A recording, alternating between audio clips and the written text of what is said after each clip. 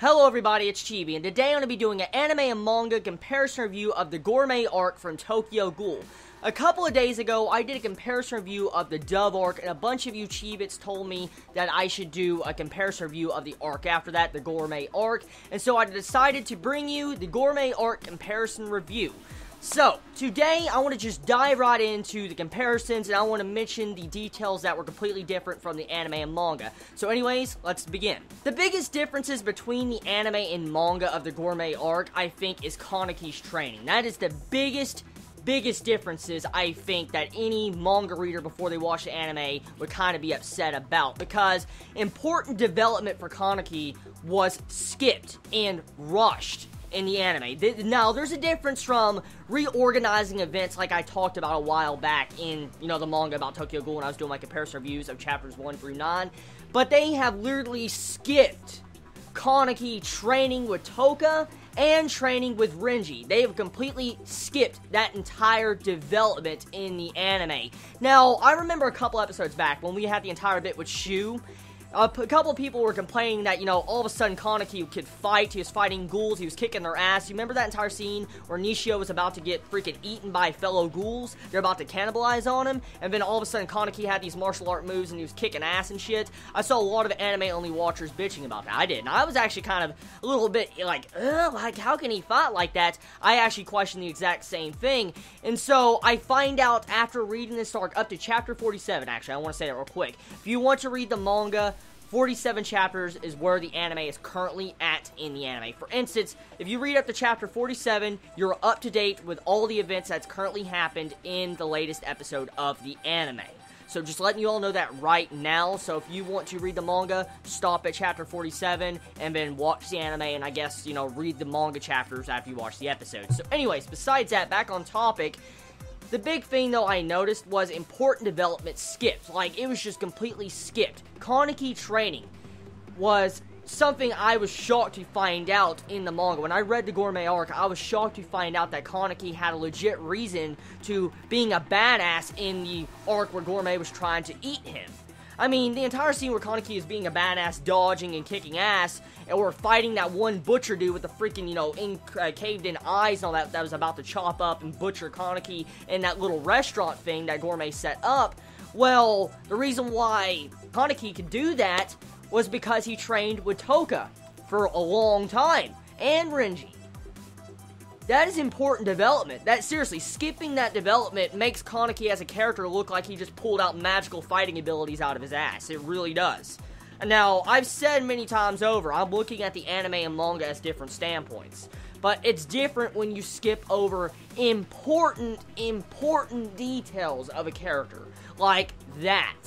Like skipping development. It's one thing changing around the events and making an anime original route, like they did with flopping the arcs around, but it's one thing when you literally skip development, because they're not going to go back to that. They're not going to go back to that development. I'm just going to say it right now. Anime-only watchers are not going to go back to that, because they've already passed that point of development. They cannot possibly go back there to rectify what they did wrong. I want to say right now, besides the entire factors of what they cut out there, there's a couple of other things they did cut out. Like, in the latest episode of the anime, okay? We saw this bird, this fucking parrot or whatever that bird's name is called, okay? It pops out of nowhere. Any anime-only watcher is probably like, what the fuck? I didn't even mention it technically in my review because it just popped out of nowhere and it made no fucking sense at all. Well, in the manga, this bird pops out and goes to like Hinami and Toka's house, and you have Hinami take care of it, and eventually you find out that Toka is frightened of birds, and so eventually they take the bird to Anteku, where, Kaneki works at, Toka works at, and everybody else. So, pretty much, they skipped out a little bit of the backstory of how the bird got there, and honestly, from my standpoint, the only importance from that bird, truthfully, was Toka's frightened of birds, and I mean, why would you add a fucking scene like that, but when you can't even add in, Kaneki developing with his fighting skills? Like, why can they add a bird?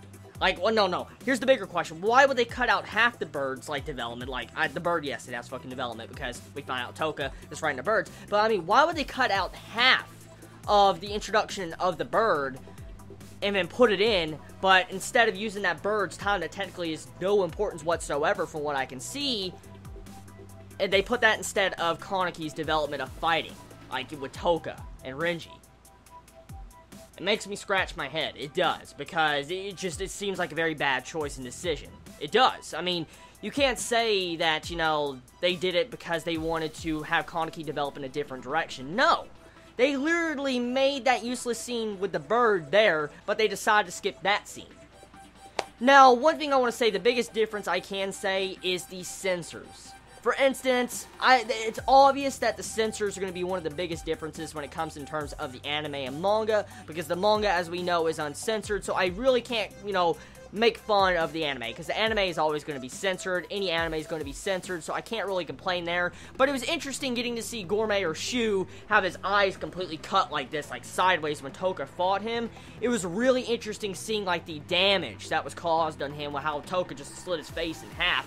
Another thing, too, I do want to say, and I will compliment the overall anime of doing, is that it made the fight with Shu and Toka and Kaneki and Nishio a lot better. It did. The anime definitely succeeded in making the fight a lot more enjoyable. It was really good. I liked the way they adapted it properly. They honestly adapted the fight between Shu, Toka, and Kaneki and Nishio properly. There was nothing skipped besides the censors. That's really the only thing you can complain about. And I do love the artwork in the manga in that scene. It really looked really good. It really looked fucking good. But the anime also looked good in that scene. In one regard, I have to admit, Tokyo Ghoul, as I've said, has really beautiful animation. Besides that, I do want to talk about something else. I forgot to mention in my last comparison review about Hinami. Hinami, you know the backstory, like with her father, how her father was fighting Mato and dies to Mato in the anime? That was not in the manga. Yeah, newsflash, that was not in the manga. Mato and Hinami's father fighting was not in the manga. Now, before you think I'm going to complain about that, I am not. Honestly, in that regard, the anime did a good job of making Hinami's backstory a lot better. I personally felt like the anime did a better job with expressing Hinami's feels, like the emotions and feels that she had to go through. Personally, that's how I currently believe. After reading the Gourmet arc and, you know, reading the Dove arc, I personally believe that the anime handled the direction with Hinami and her father's death and mother's death a lot better. Now, getting off the topic of that, I want to say something real quick. Pretty much, so far from what I could see, is that Tokyo Ghoul is definitely rushing. It's definitely changing things around. For the most part, the original story is still there. You could still see it. As what I've read of the Dove arc and the Gourmet arc, I could still see the original storyline there. But it's definitely becoming a shallower version of itself. I want to be straight out honest here. You all come here to hear my straight out honesty, and I'm going to be honest. A lot of people say that you should think of an anime as its own adaptation. A lot of people say, like, you should never expect, you know, the anime to be an exact copy from the manga. But here's the big thing you gotta wonder, okay? If you're going to adapt something from a manga into an anime, do it right.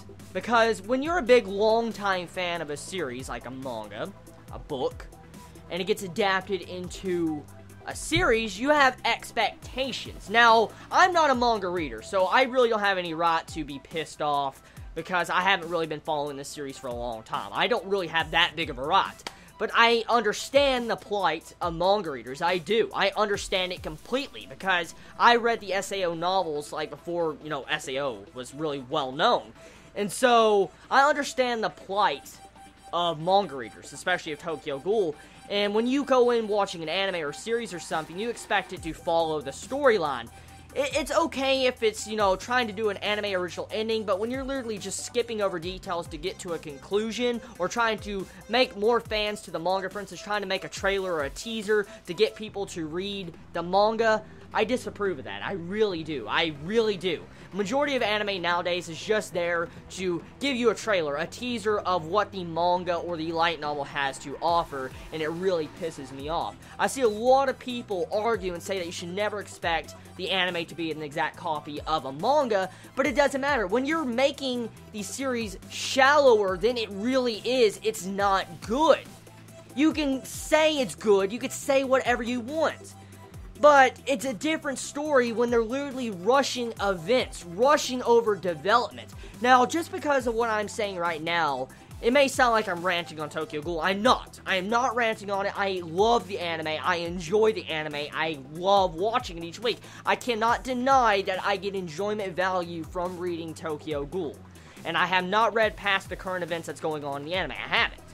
But I just want to state that right now because I see a lot of these different type of complaints I see in the comments from YouTubers in different places all over the place. I see people say you should never expect it. And it kind of irks me a little bit because when you rush over details, like making a character less enjoyable, like making Kaneki pull out these absurd martial arts moves out of nowhere, it really makes his depth of his character lacking. It makes his character lacking in general. And so I just wanted to bring that up. Overall, personally, there's some very big differences, but not as big differences as the RC levels from the Dove arc that was just completely eradicated, and the freaking, like, RC detector, metal detector that was eradicated from the anime. There's not that big of things that were removed, personally. Just the only thing that truthfully was removed from the Gourmet arc was Kaneki's development into fighting. That's really all that was removed. And so tell me if you want to see more comparison reviews, Chibits. I mean, I don't know if I should continue reading the manga or not and do comparison reviews alongside the anime. I want to leave that up to all of you. And like I said, all of you anime-only watchers or manga readers, I don't mean to offend no one. I don't. I was just stating my viewpoint on the anime industry in entirety, not just Tokyo Ghoul. So anyways, you all have a wonderful day or night wherever you live. Please be safe. Chibi out.